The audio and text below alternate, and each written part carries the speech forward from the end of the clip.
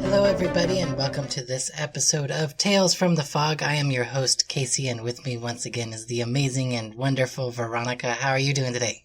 Pretty great. How are you? I'm good. Good. What's going on in Nani Land? In Nani Land? Yeah. A lot's going on. A lot of gears going at the same time. I just had an audition with Knott's Berry Farm for their Wild West stunt show, which was super fun. And the audition itself was kind of a bucket list item for me. I always wanted to jump up and down on that sprung floor and see what it was like up there. And in all my years of working there, I never got to do that. Or I guess I just never asked to do that. I'm sure I could have. I knew enough people, but it never occurred to me to do it. So, I didn't get cast, but I had a whole lot of fun, and it was a great learning experience, and it was cool to be up there and share some time with some really talented people. Like some of the dudes and gals that were there were very, very talented. And, yeah, that was fun. So take me through the process. Because you did the Ghost Town live auditions, now you've done the Wild West stunt show auditions. What were similar and what were different in the way that they ran the auditions, and then what did they have you do? The only similarity was the general location. They were completely different from each other. So, in the Ghost Town Alive auditions was solely improv based, and in this one was like 80% physical ability and 20% reading a bit of a monologue. So if you've seen the stunt show, the dude or the gal with the banjo comes out and kind of interacts with the audience a little bit. And then he's kind of like the tone setter for the whole show. Yeah. He even makes a joke like, it's all about time or about pacing. And he kind of sets the pace for the whole show. So that we read that monologue. That was at the end. So we got there. I got there pretty early, maybe like 20 minutes to a half hour early. Turns out that was actually to my disadvantage, but I'll get to that in a minute. So, got there early, filled out the application, gave him my resume and my headshot and everything. Filled out the form, like, can you do this? Can you do that? And it was really basic stuff that they were looking for. So, if you guys would remember, in the audition that I did with, was it Action Factory? No, the dudes who do Action Horizons. They did a very rigorous physical assessment. And it was pull-ups and burpees and sprints and hitting the ground and like the stair stepper thing and then planks. This was like none of that. So the only thing that we really had to do would do a couple of rolls and do like a I think it's called like a dive roll, where you just kind of jump a little bit and kind of dive into the ground, but then you roll out of it. Yeah. And then rolls like right shoulder roll, left shoulder roll, center roll, and then those dive roll things. And then after we did all that, they had us line up, and then you could present something special to you. So there were martial artists there, dancers, dudes who have obviously done like stunt work before, like stage combat and everything. And then that was pretty much it. Like there was a little bit of acrobatics, but not as much as I was actually expecting. Really? I really thought I'd see a lot more backflips than I saw. I think I saw one, maybe two. But, so where getting there early was at the disadvantage. We went in numerical order. So when you go to a stunt audition or an acting gig or whatever, you get a number. And that's your number. That's the order in which you go through the audition. Well, I was number 2. So that means that I didn't have anybody ahead of me to kind of like gauge my thing on. So I had been practicing a specific stunt for like hardcore for a week, but in total, like about a month. Like I was really working on this one stunt, and I wanted to bring it to the show, especially when I learned that that's what they were looking for. Well, I tried it and I ate it, and I did not execute it accurately. It's better to have tried than failed than not tried at all. Well, that's what helps me sleep at night. Like if I didn't try it, would I be wondering, what if I had tried it and I had hit it? Yeah. But it is what it is. I tried it. I biffed it. I didn't give myself proper time to warm up. For whatever reason, I ate the stunt. And then, I was kind of thrown off because I had a rhythm of what I planned on doing, and then I messed it up. So I was trying to do a round off back handspring combo, and I lurched on my landing on the round off, was too far forward, went to go on my back handspring, didn't get enough rotation, and I kind of landed shallow, and I didn't get my body over in time.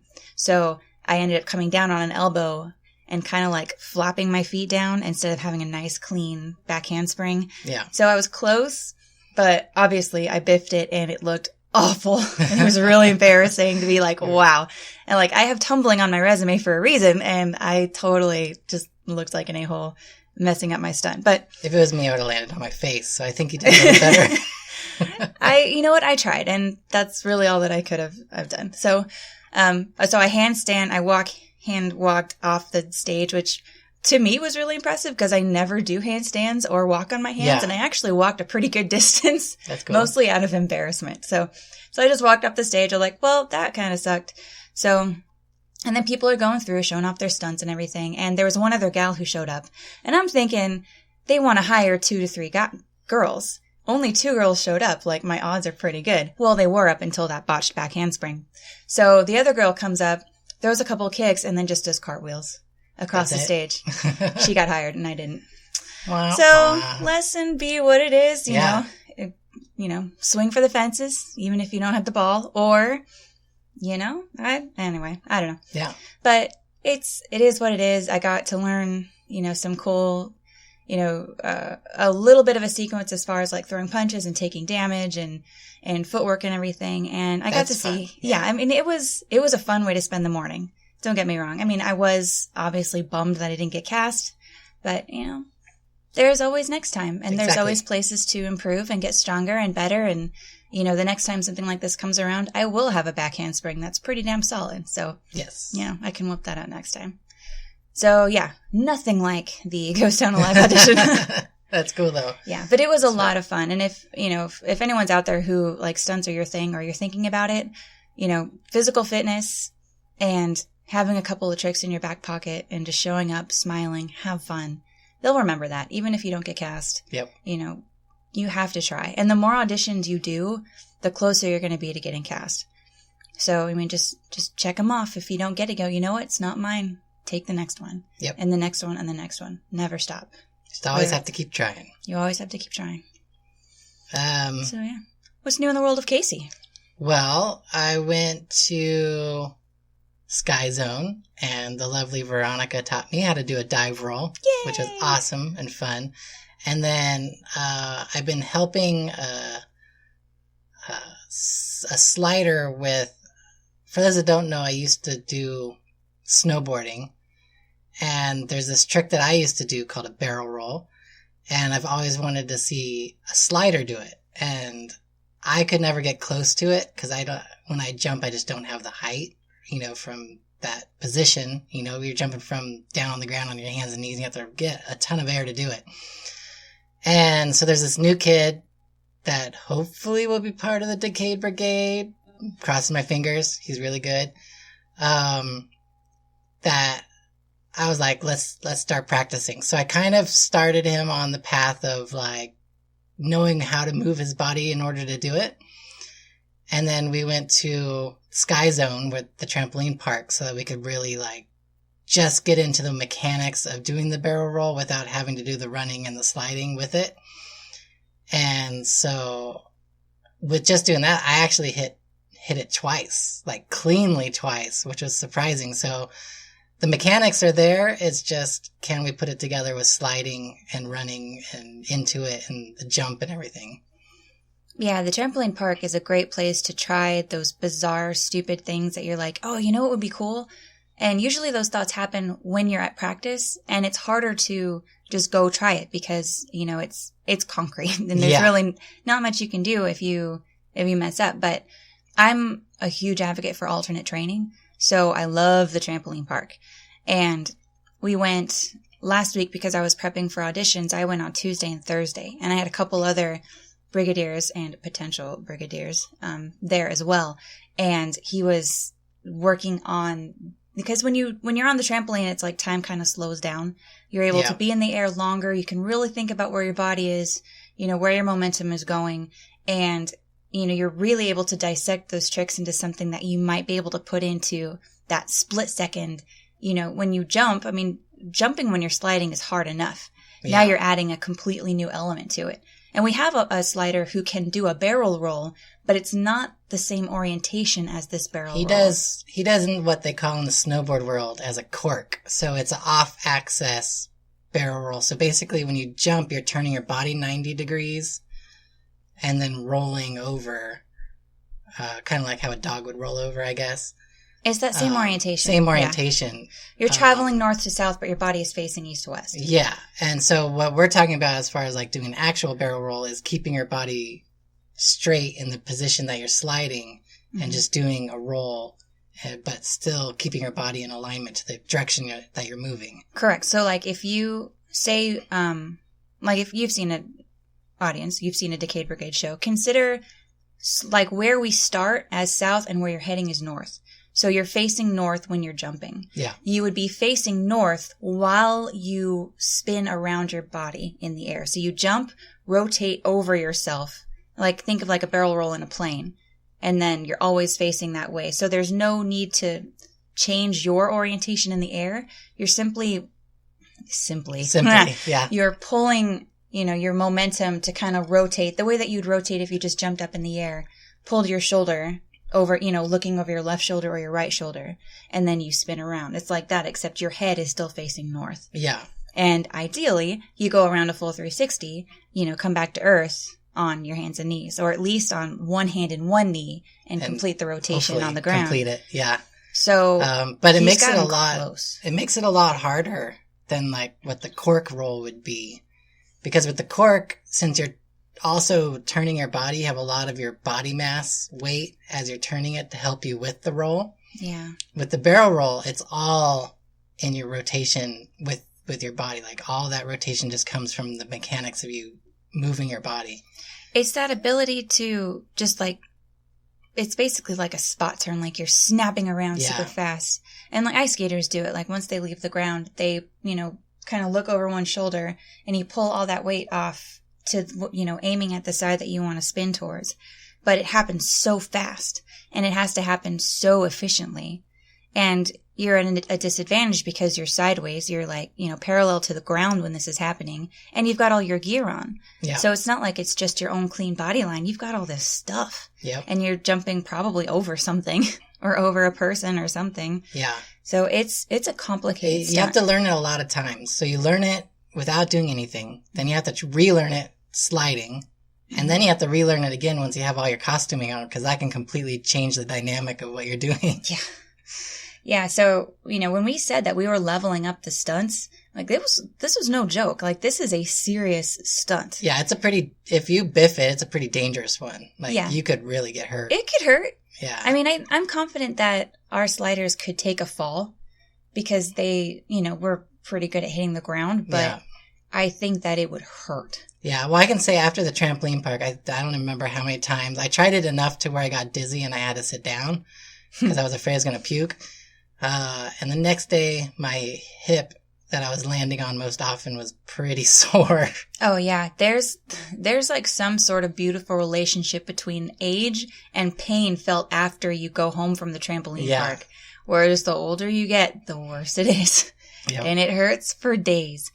But it's fun and it's worth it. So I've been encouraging, the brigade to come out more. Like a lot of them do weight training and very, very good physical fitness type stuff. Mm-hmm. But like doing this aerial training, like, I mean, it's a trampoline park. It's for kids. It's not an actual Olympic grade trampoline, but it does get you into the air so you can experiment with those bizarre. It helps you with your body awareness when you're in the air. So it can actually help in a lot of different areas in the sliders that the sliders do, not, distance, jumping, everything.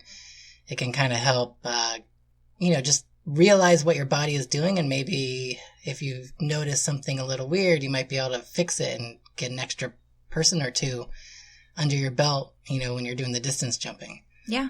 It's just another training tool. Yep. So fun at the trampoline park. Yeah. What else? So we want to go on to some, another thing that I did, that I also did with you and the awesome sequel. We did the walkthrough at Long Beach Convention Center with Midsummer Scream team, which was pretty cool. There's a lot of stuff that we can't tell you about that we found out just because. Basically everything we went through we can't talk about. But it happened and it was awesome.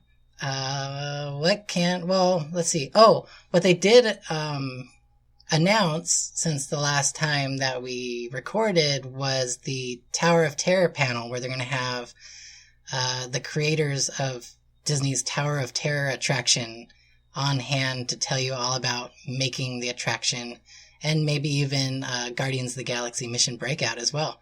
So that'll be fun. That's going to be cool. Yeah. Is that going to be separate? Disney doesn't have a panel there, do they? It's usually like Knott's Universal and... Well, they had something last year at Midsummer. It kind of got changed around at the last minute because I think there was a scheduling conflict with one of the Imagineers that was supposed to kind of head that talk. And so it ended up being something else, but it was still kind of Disney oriented. So yeah, I think Disney is kind of supporting Midsummer and trying to provide some fun stuff for the fans. I think that's a healthy crossover. I mean, I can imagine something like that or... Haunted Mansion. Yeah. Who did Haunted Mansion? Was that Scarlet or Midsummer? Gosh, I think it was I think it was Scarlet did a Haunted Mansion because it was the anniversary, right? Yeah. So and they did the reading, right? 2 years ago. Gosh, I can't remember, guys. I'm getting old. I can't remember anything. So yeah, that's that. Anything else? I can't remember. On the Gosh, I think that's it as far as, like, when it comes to Decade Brigade and events and things. Yeah. So far. Another awesome thing that just dropped today is this year is Sinister Point's 20th anniversary. No way. Yep. 20 years of fear. Oh my gosh. And so they dropped this little teaser on Facebook. It's posted on the Tales from the Frog. God, can I talk? Tales from the Frog. Tales from the Fog Facebook page. So you can go check out the picture. It's just a picture. It just says announcement coming soon. But there's some cool imagery there. And I don't know if it has anything to go with the announcement. But it looks like some kind of female witch, maybe, possibly in the woods. And it just says coming soon announcement. So I'm excited to see what they have up their sleeves. It's a special 20th anniversary. I hope they do something pretty cool.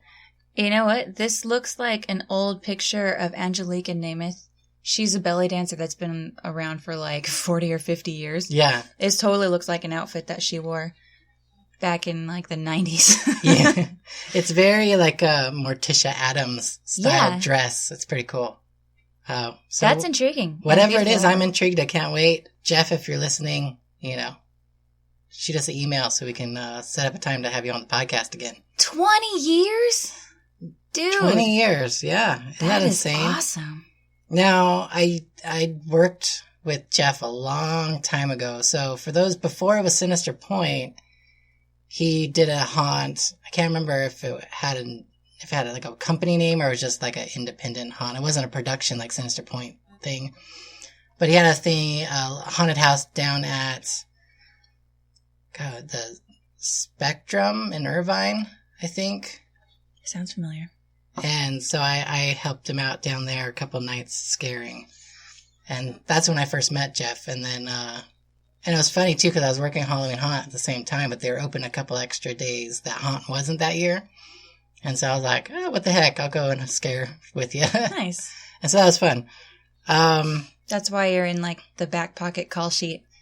Yeah, because I've been a parent with him for a long time. And so I've worked on and off at Sinister Point for years and years now. But it's always like 1 or 2 nights because he knows I can't do a whole run. Yeah. I love working Sinister Point. Yeah, the people are just so cool. It's just so much fun. Like, it's never, not been fun. Yeah. Gosh, there was another news story I thought, but maybe not. All right, so this just happened on Sunday, and it actually kind of goes with our listener story. So we got a listener story. So it's going to be a cool segue into the listener story. But I'll just read you the title. Space Industry... Bleh. Why? I sure can't talk. I need another drink. Hold on. If you want to edit it out, just clap your hands and you'll see the spike on the That's on the okay. audio. People can hear that. Space industry CEO absolutely convinced that aliens have visited Earth. Okay. And this is on Sunday, Robert Bigelow, real estate mogul and founder of the space habitat company Bigelow Aerospace, did an interview with 60 Minutes in which he touted the strengths of the commercial space industry and how private companies would pave the way for people to live in space. But the interviewer also asked him if he believed in aliens, and Robert said he is absolutely convinced that's all there is to it. And then they kind of pressed him for more and said, do you also believe that UFOs have come to Earth? And he basically said there's no doubt that there is an existing presence, an ET presence on Earth. Neat. So this is a guy, he's a millionaire. He's up there with, your Elon Musks and Jeff Bezoses of the aerospace industry, the up-and-coming space industry. So how do you feel about that? Well, I think he's right. Not like, the Greys or anything, but I think that we've got microscopic, level visitors all over the place. Well, that's true. I think that's hard. I mean, if a comet lands on Earth, I think they pretty much proved that bacteria could live in space. Yeah, so that's extraterrestrial. So, yeah, that's technically alien, right? I guess so, yeah. Yes, I believe in aliens. I don't believe that they're the kind, So you don't with the bobbly heads and everything. You don't know if there's intelligent extraterrestrial life. I am convinced that there is. I haven't seen any proof that there is. Hopeful that there is. But we have, extraterrestrial life here already. Well, you have to think with how many planets they've found or in how many solar systems, and out of all those planets, how many of them are Earth-like or potential. And that has actually changed because now we know that life can take on so many different forms and they can live in so many different environments. There's chances that intelligent life could develop on planets that we aren't even technically Earth-like. They could have different chemical compositions in their atmosphere and they could still support some sort of life. Yeah, like we might consider them extremophiles. But, imagine if there we're like the extremophiles to them. Yeah, exactly. Like, how do you live in an oxygen environment? That's crazy. Yeah, oxygen is combusts. flammable. Yeah. You're living in fire gas. Yeah. But it's that easy. Life evolves in all the different ways. I just love that. I hope that there is, because I would think of it as this beautiful cosmic joke that man is so self-absorbed and so self-righteous that we think that we're the only important thing worth thinking about. And meanwhile, there's this entirely different civilization somewhere who probably thinks the same thing, where they're like, they have their own problems and they have their debt and they have their, all this BS stuff that they worry about every day. Yeah. But, on the cosmic level, it's all nonsense. And they probably think the same thing, like, what a joke it would be if there actually was something else out there. Like, I hope there is, because that would be a great punchline to this joke that we call life. That would be pretty funny, yeah. So that's what I think. Awesome. So the reason why I said that's a possible segue into our listener story is we got this awesome listener story from Veronica's cousin, and he works in the aerospace industry. And we're actually going to have him on the podcast sometime soon to talk about the technology behind UFOs and how one could possibly theoretically be made, maybe.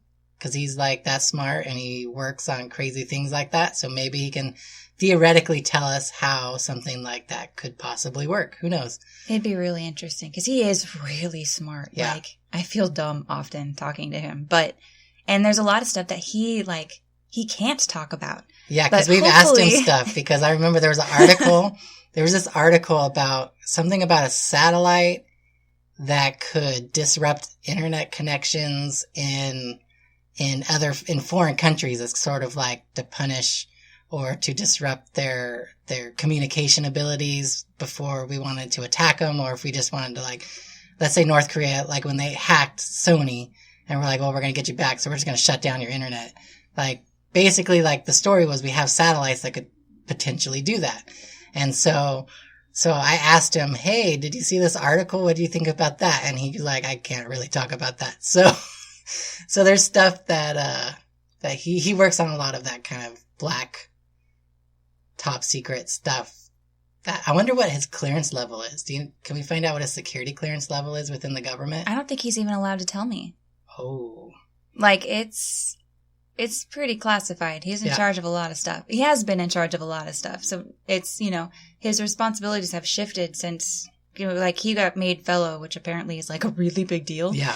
I wish that I could appreciate it for the grandeur that it is. I know it's a badass deal, but I don't know what it takes. What it is and what it takes, not being in that field of engineering and within that company. Yeah. But I know it's a big deal. Yeah. And like he's more than earned it. But like his responsibilities have shifted a little bit since then. Like they're just different. Like he's responsible for different things. He's more like in charge of lots of stuff now. It's very like a bunch of different projects. It's very creative. Like it's not just, it is, fun things like writing code and coming up with processes and everything, but he's had to be so creative as far as finding innovative ways to solve these problems. Yeah. And I think that's what we find fun about things is the problem solving. I know that's what he loves about his job is the problem solving. And, they've got all these technical issues, but his idea is to find different ways to get the results that they're looking for. And he has a bunch of patents. 8? Like 8 patents under his name. 8 or 9? Yeah. One of them that I thought was really cool is what was the one with the stoplights? Like he did something, he has some kind of patent for stoplights. Something about being able to, what was it, predict? Is that the pedestrian prediction Yeah, thing? the pedestrian prediction thing. It's like an accident prevention software that it predicts where a person is walking, and then it will tell your car if it thinks that person is going to cross the street in front of you. And then it would apply the brakes. And it'll apply the brakes for you. Yeah, which so I think that technology is being applied. Yeah, I think so too. Yeah. So, his patents are in use. Actually, he had one that he patented, I think he said it was like 5 or 6 years ago. And he just now had a company reach out to him wanting to I guess you buy it, you borrow it. You can lease it or buy it, yeah. Yeah, to like if they buy it. Like rent it. Well, if they buy it, it's basically saying we have exclusive rights to this until the patent runs out. And if they lease it, then you can lease it to other companies as well. I think it sounded like they're leasing it. But, that was 5 years ago that he came up with this idea. And companies are just now starting to see the value in that. Yeah. So he's so innovative. He's 5 years ahead of his time. That's awesome. It's cool. He's a very fascinating person. So, yeah, we have lots of questions that I'm sure, the answer will be, I can't really talk about that. One thing I'm going to ask him, guys, is if he's ever been on a Janet flight. And if you don't know what a Janet flight is, look it up online. Is he allowed to say if he has or not? I don't know, but maybe we can just judge by his reaction. Probably. But would we have to edit it out if we figured it out, what the answer was? That'll be up to him, maybe. I guess. I don't want to get him in trouble. He won't say anything that's going to get him in trouble. That's true. Not like, anyone from Boeing listens to this anyway. If you do, dude, comment. Let us know. That'd be awesome. Yeah. Also, get us on a Janet flight. Oh, yeah. We could be the first podcasters to tour Area 51. That'd be cool. I'm sure enough of it is like quasi-classified enough to where Hanyaks like us could just walk in there and be like, ooh, buttons! And then that's it. We still need to plan a Tickaboo Peak hike. Can you still go up there? Yeah, you can still go up there. So those that don't know, Tickaboo Peak is the closest mountain that you can climb, that you can kind of get a view of Area 51. It's on public land. You basically camp at the bottom and you hike up right before sunrise, because sunrise is when you get the best view of Area 51 without any kind of glare. And the government installed some spy stuff at the top of the peak now. So there's some cameras and stuff. So when you pop up there, they know you're up there, but they can't really do anything about it. But there has been reports that people that after they've hiked to the top and come back down, unmarked trucks and like Men in Black style people come and like review your cameras and delete pictures and stuff, and then go about their business. So if you do happen to go and see some stuff, you may get a visit on your way down because they know you're there. Yeah. And they're going to check to make sure you don't have any top secret photos that they want. Would anything be on there that you couldn't just find on like Google Earth? I mean, they have pictures if they're of the testing place. stuff. So there could be planes or something out on the runway, right, when you show up. Yeah. And, Google Earth is only once every couple years they update. So, so I've heard stuff. So that'd be an interesting encounter if that did happen. But maybe we can find some insiders to tell us when the right time to go to the top would be.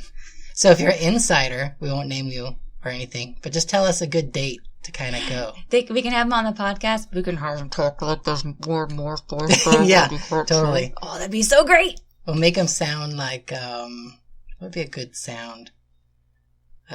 Make them sound like Darkwing Duck. Yeah, there you go. Make them sound like Darkwing Duck. Oh good times. All right, let's check out this listener story. So this is a really cool story that her cousin sent to us. I don't even know how to kind of introduce it.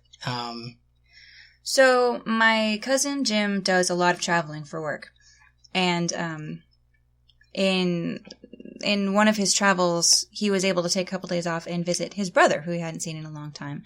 So his brother lives out, I forget where, in Cleveland, in like the Cleveland area. Yeah. And, and then he was flying from Cleveland to Chicago to take his connecting flight back to San Diego. He lives in Temecula, so San Diego was the closest airport to him.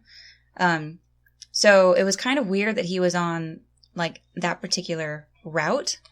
And while he was there, he met this guy named Corey. And he was sitting next to him, and I guess, do you want me just to read it, or you just want to give a synopsis of it? It's not that long. You can read it if you want. Okay, so it's probably more eloquent to just read it than to try to, limp my way through the story. So here you go. So what he sent me was, it's text, and then at the top of it, it shows a picture of his boarding pass. And his initials are JJR, or he goes by JR, and then the signature of the flight attendant who checked his ticket was also JR, which is weird. Unconnected, but weird. So, here we go. I boarded with Group 3, and it was the first passenger to arrive in the right side of row 10. My seat was 10F by the window, and I easily slid across 2 open and empty seats to my destination. As the flight filled up, I prayed as always for an open middle seat so as not to be crowded. This was a relatively short flight from Cleveland, visiting my brother after a week in Boston for work, to Chicago O'Hare to make my connection home to San Diego. We pretty much talked about all that. Late in the boarding process, still no middle seat disappointment had arrived, but my most certain aisle seat partner had arrived in seat 10D. I really didn't think much of it at the time, just hoping that the middle seat would stay open.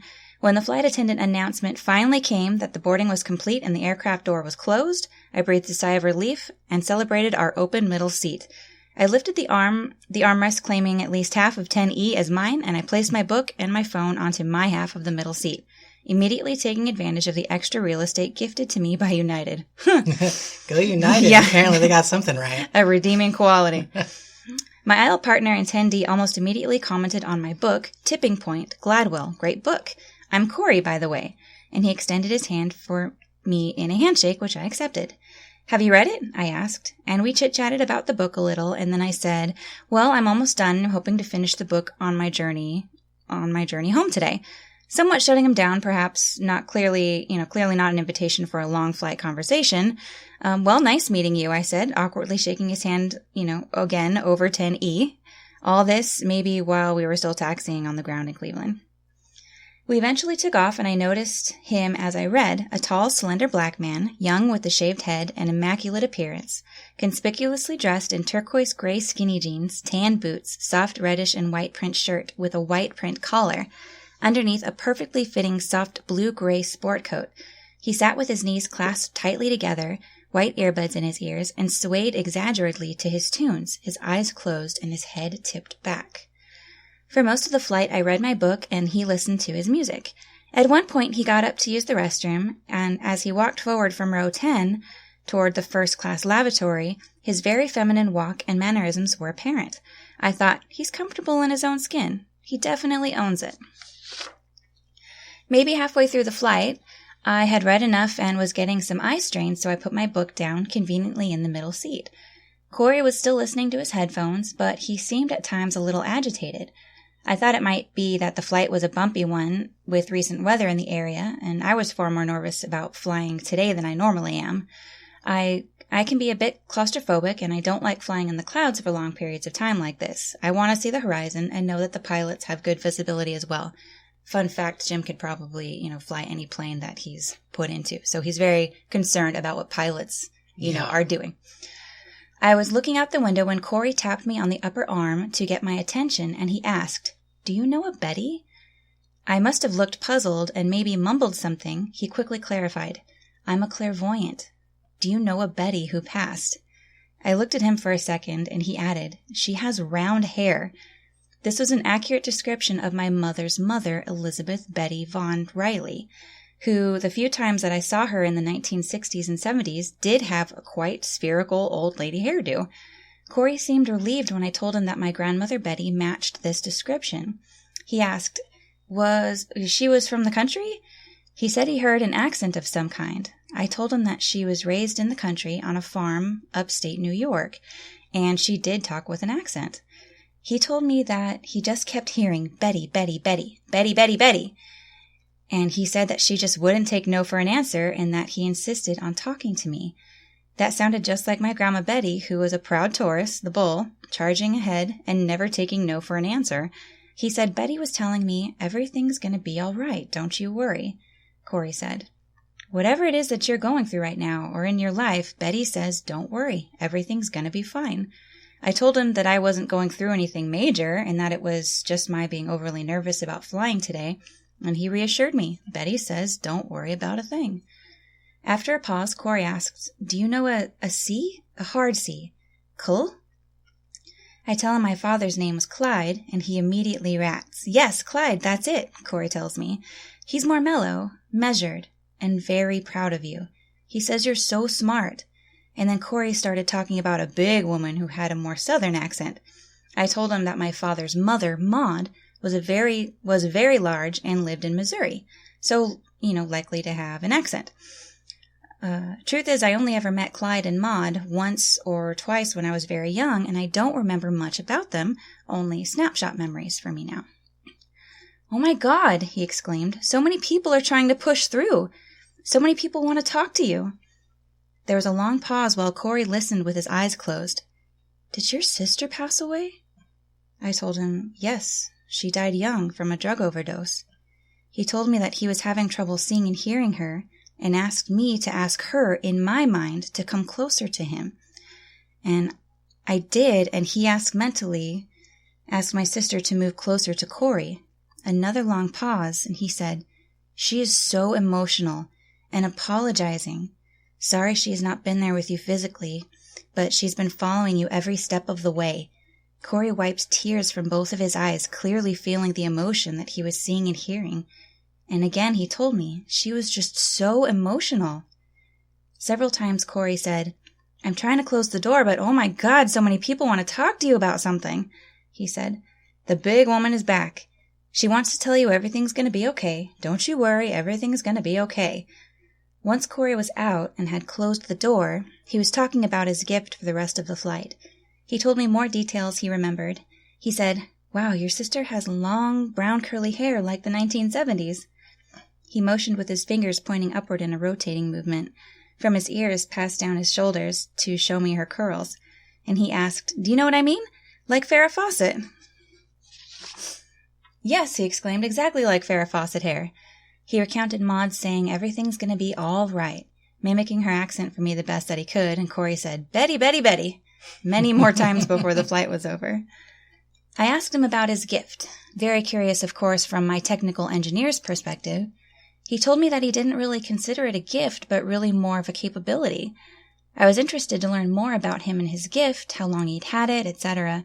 He told me that others in his family had had clairvoyance and clairaudience capability.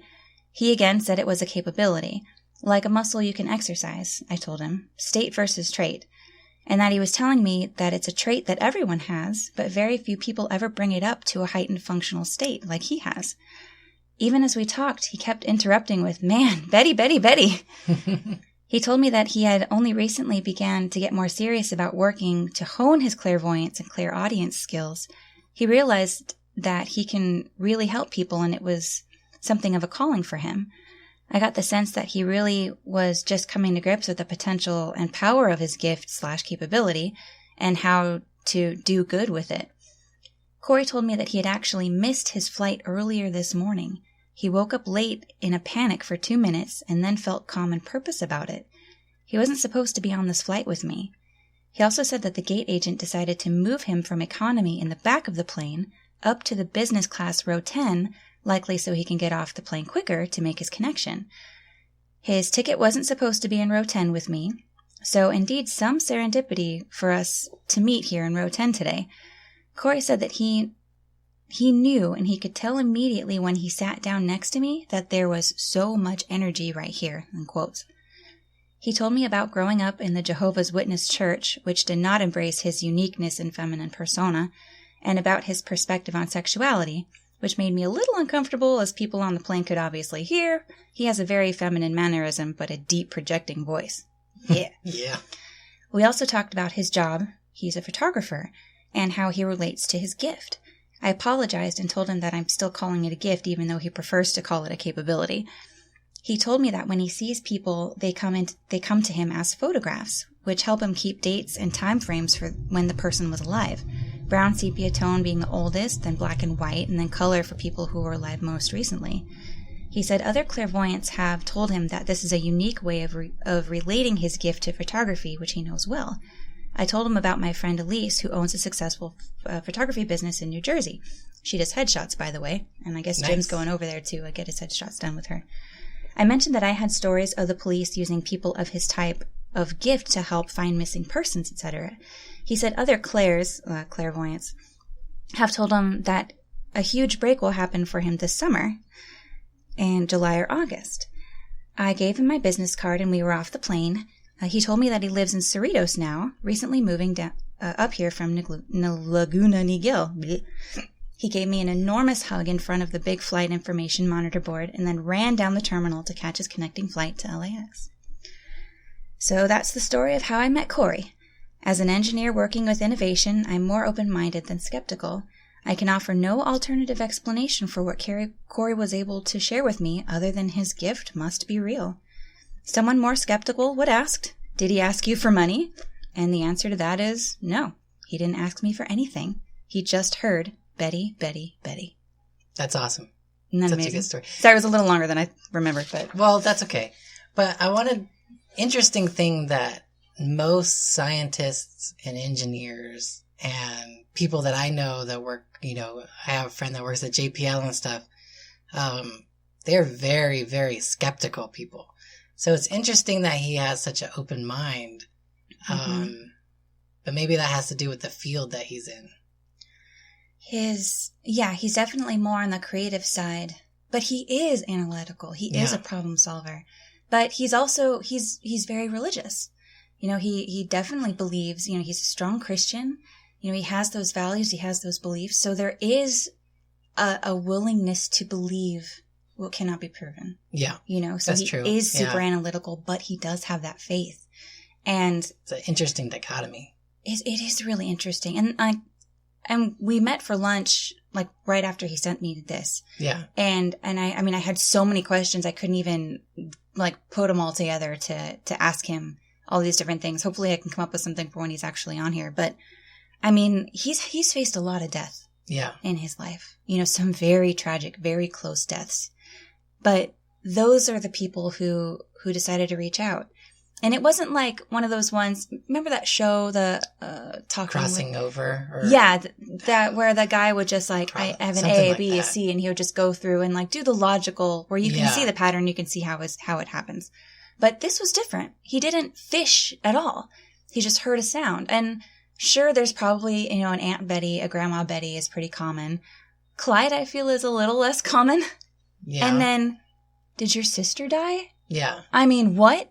That's a hard thing to throw out there without being pretty sure. Yeah, and he was so, like, emotionally just messed up. Like, oh my God, your sister died? Yeah. Now, my cousin is a pretty reserved fellow. He does not post about this stuff on Facebook. Why the hell would he post about his dad's dad or, his mom's mom or whatever? Yeah. On Facebook and, like, on Ancestry? Like, that stuff's not public information.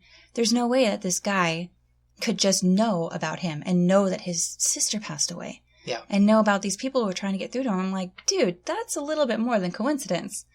I mean, it's can't be proven, but it's really cool. Yeah. Unless Clarence is a CIA operative and they were testing him. Why for? Like, I don't know. I like that idea. But I couldn't be like, are you working on this project? I'm sure Jim would have shut down in a second if that had happened. Yeah, probably. But he was, I actually really admire, because when I first started reading this, I was concerned that he would be a little bit more reserved about it. Like he'd be like, okay, thank you. But he was receptive to it. And like, that kind of made me kind of proud. I don't know. Like, I'm glad that he was willing to open up the possibilities to that actually happening. I agree, because when you have him in person, he is a little reserved. So it's pretty cool that he would be that open, to a stranger. And that's another thing. Like, I mean, this guy was a complete stranger. Yeah. Just talking to him. And like, I guess what had happened was, when he had sat down, like, he was noticeably fidgeting and was like, you could tell like he wanted to reach out to him, to my cousin, and then like he would like kind of put his hand back like, nah, dude, like don't start that again. Like, but like it was so strong that he actually reached out and was like, I'm probably gonna get told I'm crazy. I'm probably gonna have to move seats, but I need to tell this guy what I'm hearing. Yeah. Like, he took a risk, and Jim was receptive to that. I mean, it's just such an incredible experience. And the fact that they weren't even supposed to be on the same flight. Exactly. Yeah, and then cool. Weren't even supposed to sit in the same place on the plane. Like, that is just awesome. So the other side of this is hopefully, his name's Clarence, right? The clairvoyant? His name is Corey. Corey. So hopefully we'll be able to get Corey on the podcast as well. Yeah, I asked Jim if because he keeps in touch with him. Yeah. Because Corey was really, was believing like that he'll be able to use this talent for something important.